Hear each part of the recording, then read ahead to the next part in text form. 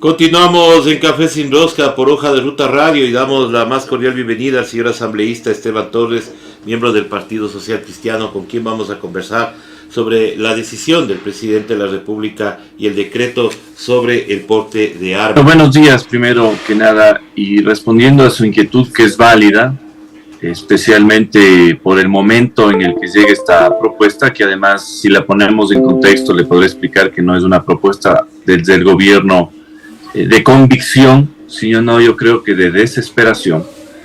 Pero evidentemente no, para nosotros las dos cosas son distintas y el juicio político que arrancó el día de ayer tendrá que ser resuelto en la Asamblea, y la posición de la bancada social cristiana en ese juicio es clara, conocida, y por supuesto que se inclina hacia la censura al actual presidente, y eso no obsta a que podamos estar de acuerdo en ciertas medidas.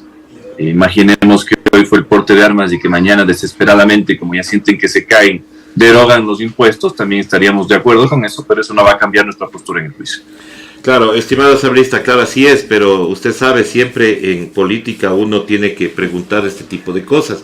Ahora, usted dice es una medida desesperada, pero recientemente la Asamblea Nacional también aprobó unas reformas a cuerpos legales que justamente tienen que ver con la seguridad y con el porte de armas. O sea, tenía 30 días el señor presidente para pronunciarse después de aprobada esta ley. Lo hizo antes. Entonces, ¿va por ahí el tema de la desesperación o por el tema del juicio político? A ver, lo primero, yo creo que está tan mal en números, el gobierno siente que se cae, que por eso intenta poner esto en el debate, y no de una forma comprometida, porque si usted me dijera, cumplieron la propuesta de campaña, que además nace con mi proyecto de ley de armas que yo presento en diciembre del 2020. A continuación, en la campaña presidencial se toca este tema y se lo propone como una de las medidas del tema de seguridad. Pero el gobierno no hace nada sino hasta estos días, y no hace nada precisamente porque no creía en eso y porque siempre nos mintió.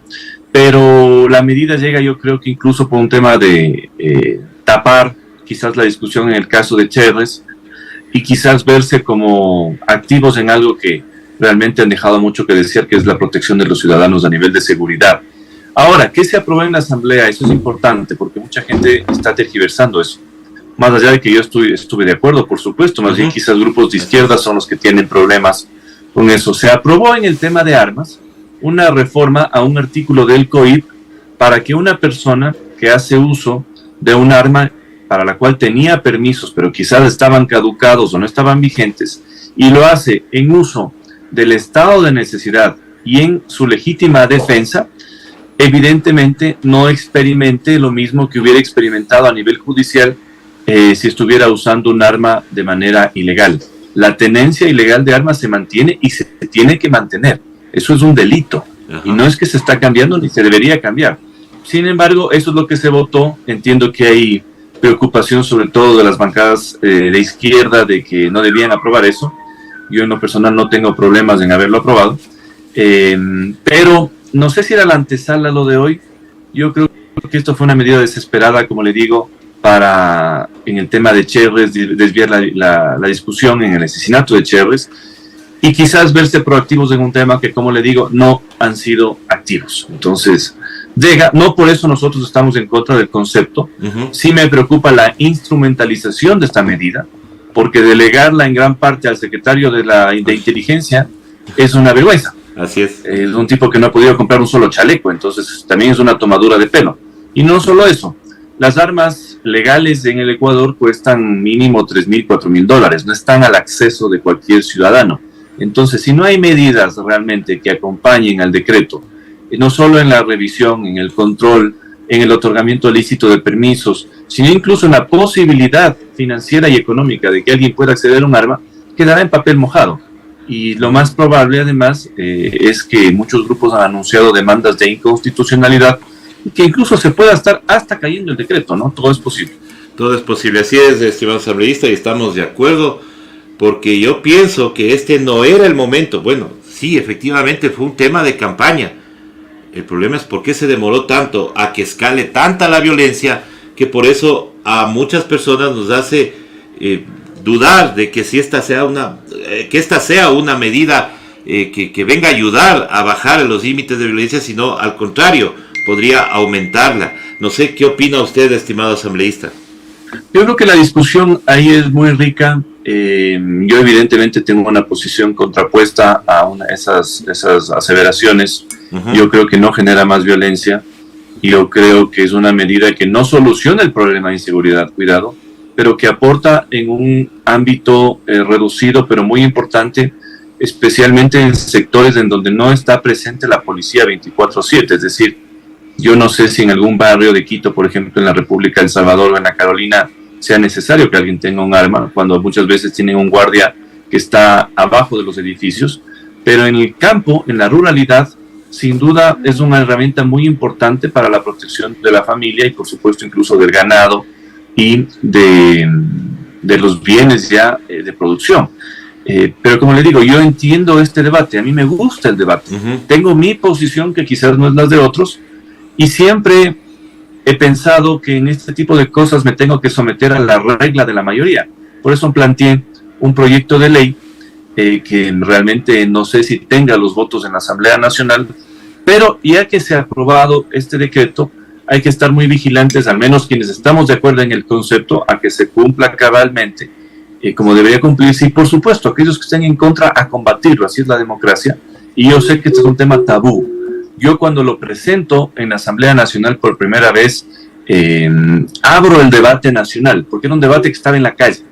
Y yo creo que en democracia estamos obligados a tener todos esos debates, los que no nos gustan, los que nos gustan, y tomar posición sobre cada tema.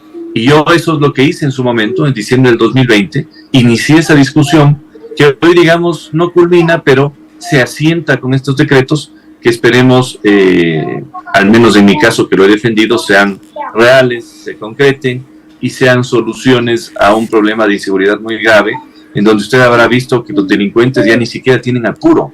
El día de ayer han entrado a una cafetería en un lugar residencial de Quito, así fue, y se dan el lujo. Oiga, yo no les veo apurados. No, se dan el lujo de tomarse el tiempo, sacar los anillos, sacar el iPad, los celulares, y salen como si nada. Yo no sé si la solución sería que el dueño de la tienda o la dueña de la tienda esté bien preparada, entrenada y pueda sacar un arma. Pero sin duda lo que está pasando es inaceptable. O sea, no hay autoridad, no hay miedo ya del delincuente, hay un irrespeto total al Estado de Derecho, y aquí hay que tomar cartas en el asunto, y lamentablemente el gobierno ha dejado que pase mucho tiempo, ha perdido ya el control, y creo que, como le digo, eso implica no solo sus malos números, el rechazo popular y las puertas de un juicio político que lo puede cesar en el cargo. Otra de las dudas que tenemos, estimado asambleísta, es que en este país los requisitos pueden estar en el papel, pero no todos se cumplen. Tanto es así que tuvimos este problema de los carnets de discapacidad que tenían requisitos y no se cumplieron, las licencias profesionales que tenían requisitos y no se cumplieron, que nos hace pensar que el permiso de portar armas pueda respetarse efectivamente esos requisitos. Yo creo que siempre tenemos que tener la duda válida de que se vaya a cumplir la ley en todo ámbito, pero eso no quita la discusión sobre si tiene que estar prohibido o no, más allá de que en el Ecuador jamás ha estado prohibido la tenencia y el porte. Solo lo que ha pasado es que una serie de acuerdos ministeriales y decretos presidenciales han conculcado de tal manera ese derecho que se ha hecho imposible hacerlo efectivo. Pero, por ejemplo, que existan choques de carros, que existan atropellamientos con los carros, que existan carros que son usados para secuestro express, que existan carros que sirvan para el transporte de materias ilícitas, no significa que se va a dejar de permitir, por ejemplo, que alguien pueda sacar la matrícula de un auto o la licencia para conducir. Es decir, siempre hay consecuencias que no son las mejores en cualquier tipo de actividad. Estoy refiriéndome en este caso, por ejemplo, a la conducción de automóviles. ¿Qué es lo óptimo? ¿Qué es lo necesario? Que los permisos, por ejemplo, de conducir, o los permisos o las matrículas de los autos se controlen y se saquen en virtud de la ley. Lo mismo tendríamos que esperar en el tema de las armas. Pero hay un dato interesante, yo que he estudiado este tema. Hay algunos registros de armas legales que han existido en el país. Y los registros más conservadores han establecido que en el país han existido de 60 a 70 mil armas legales registradas en su momento. Yo tengo un dato de que indirectamente han llegado también incluso a las 150 mil armas, casi duplicando ese número. Muchas de las cuales ya no tienen permisos, el permiso tuvo el abuelo, el nieto ya no pudo sacar el permiso, en fin, una serie de problemas. Eso es lo primero que hay que regularizar. ¿Cuáles son las armas legales que están en el país? Porque ¿qué es lo que pasó, por ejemplo, en el terremoto de Manabí? Muchas personas que tenían armas legales, luego de verse impedidos, por ejemplo, de sacar permisos o de renovarlos, incluso a veces lo vendieron a grupos irregulares. Y eso es algo que se tiene que impedir y combatir. El número de armas ilegales que están en poder de los delincuentes, sin embargo, casi cuadriplica ese número. Y se estima en varios estudios que están alrededor de las 450.000 armas. Es decir, ese rifle que usted vio con el que asaltaron una entidad bancaria, que se entiende que tiene un guardia armado, en el Fortín de Guayaquil. Ese rifle con el que usted vio que unas personas asesinaron en Huaquillas hace 3 días a través de una reja, son parte de esas 450.000 armas que están en poder de los delincuentes. Entonces, así como yo promuevo el porte ordenado, regulado, para civiles que cumplan con la ley, también promuevo el desarme total de los delincuentes. Y eso es algo que tiene que ir a la par. Por eso le digo, no basta con firmar el decreto. Firmar el decreto es lo fácil. Lo difícil es hacer efectivo ese decreto a través del comando conjunto que ha manejado el tema de las armas. Si se delega algo a la Secretaría de Inteligencia, ojalá fuera otro secretario, porque este señor no hace nada. Sí, así es. En fin, es decir, hay una serie de acciones y queremos que realmente esto se concrete en la práctica, porque firmar el decreto, como le digo, para mí es una pirotecnia política que sirvió para cambiar la discusión en un momento en donde un señor, como el señor Cherres, muy vinculado a la trama y al círculo íntimo del poder, fue asesinado e incluso torturado, ¿no? Y muy cerca de la casa del señor Guillermo Lazo en Punta Barandúa, ¿no?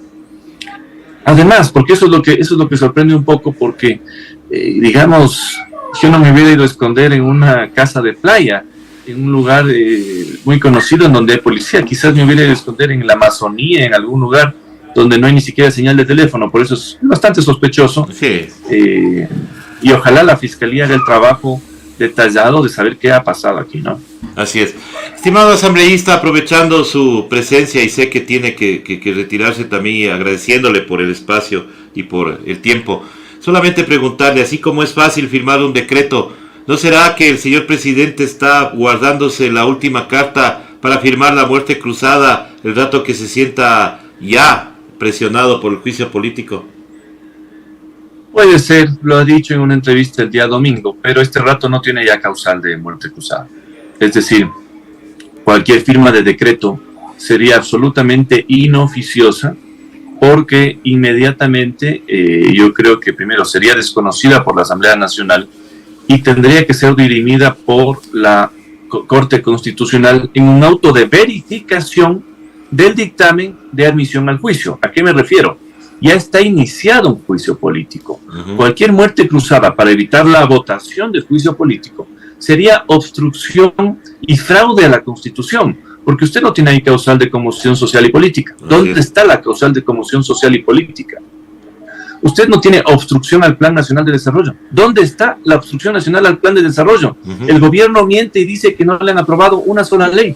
Oiga, discúlpeme, deberían asesorarle mejor al presidente.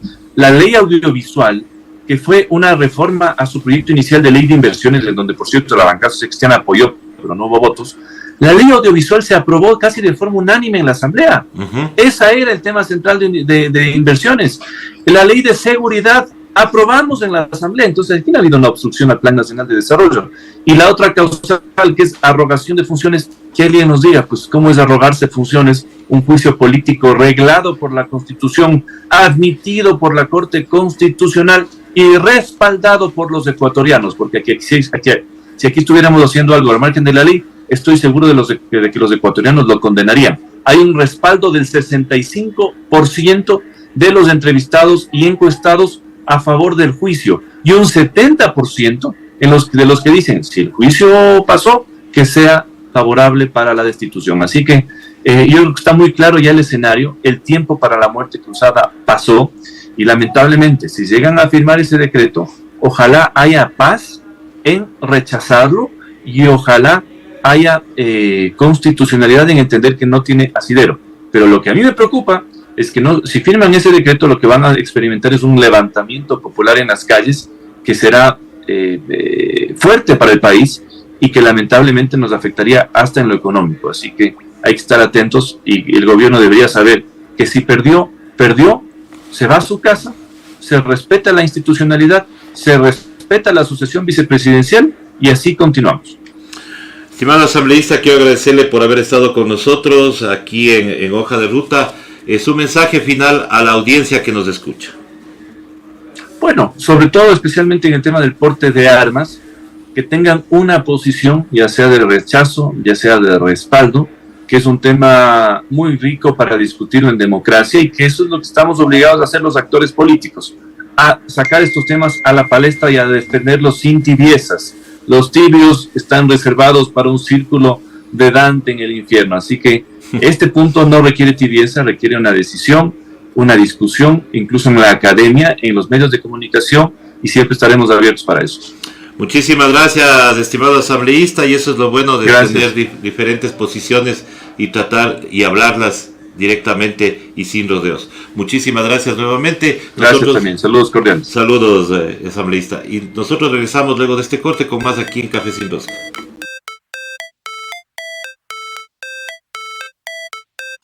Recuerda visitarnos en todas nuestras redes sociales. Hoja de Ruta Radio, escuchando a un mundo mejor.